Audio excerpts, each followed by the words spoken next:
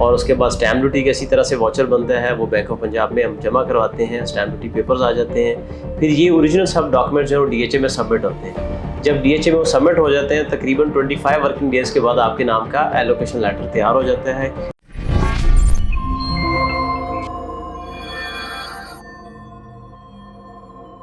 अस्सलाम वालेकुम, this is Mohammed Asif property view का प्लेटफॉर्म से। आज हम आपसे शेयर करेंगे कि एफिडेविट फाइल और एलोकेशन फाइल में क्या फ़र्क है। एलोकेशन फाइल वो है जो कि पहले किसी के नाम पे अलॉट हुई हुई है और आप उसे परचेज़ करते हैं। उसका बहुत ही तरीका आसान है। उसमें जिस तरह से प्लॉट का आप NDC अप्लाई करते हैं, DHA में NDC अप्लाई होता है और फिर उसकी ट्रांसफ़र फीस का वाउचर निकलता है, आप ट्रांसफ़र फीस का वाउचर पे करते हैं और FBR का एडवांस टैक्स जमा होता है, एडवांस टैक्स का CPR जैसे हमारे पास आ जाता है और ट्रांसफ़र फाइल तैयार होती है। ट्रांसफ़र फाइल तैयार होने के बाद हम DHA में डॉक्यूमेंट सबमिट कर देते हैं। जैसे डॉक्यूमेंट सबमिट करते हैं उसके 2 दिन बाद हमें ट्रांसफ़र का टाइम मिल जाता है, परचेज़र सेलर आते हैं और आपकी 1 to 1 बिल्कुल साथ ही बैठ के ट्रांसफ़र हो जाती है। उसके ट्रांसफ़र के बाद आपको फॉरवर्डिंग लेटर सेलर को देते हैं कि आप बाहर जाएँ, अपनी पेमेंट रिसीव करें और ये जो फॉरवर्डिंग लेटर है ये परचेज़र के हवाले कर दें। ये उसमें यह कि सेलर फ्री हो जाता है, फॉरवर्डिंग लेटर आपके पास आ जाता है। फॉरवर्डिंग लेटर के बाद DHA से आपने अपना मेंबरशिप फ़ीस का चालान निकलवाना है, मेंबरशिप फ़ीस जमा करनी है और उसके बाद स्टैम्प ड्यूटी का इसी तरह से वाउचर बनता है, वो बैंक ऑफ पंजाब में हम जमा करवाते हैं, स्टैम्प ड्यूटी पेपर्स आ जाते हैं। फिर ये ओरिजिनल सब डॉक्यूमेंट्स जो DHA में सबमिट होते हैं। जब DHA में वो सबमिट हो जाते हैं तकरीबन 25 वर्किंग डेज़ के बाद आपके नाम का एलोकेशन लेटर तैयार हो जाता है। इसमें प्रॉपर सारे ट्रांसफ़र के प्रोसीजर को फॉलो किया जाता है और ट्रांसफ़र के एक्सपेंसेस भी पे होते हैं।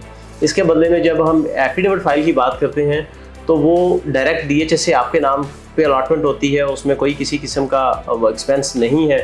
आपने सिर्फ अपने ID कार्ड की कॉपी और 2 तस्वीरें देनी विद ब्लू बैकग्राउंड।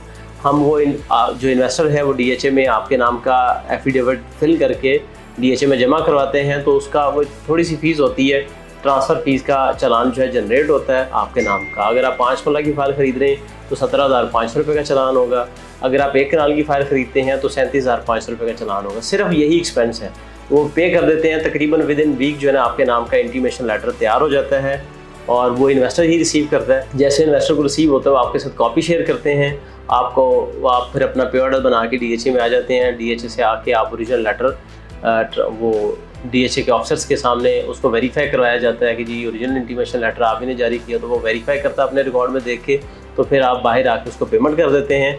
और इस तरह से सिर्फ यही प्रोसीजर है जिस पे आप एफिडेविट फाइल बड़ी आसानी से ख़रीद सकते हैं।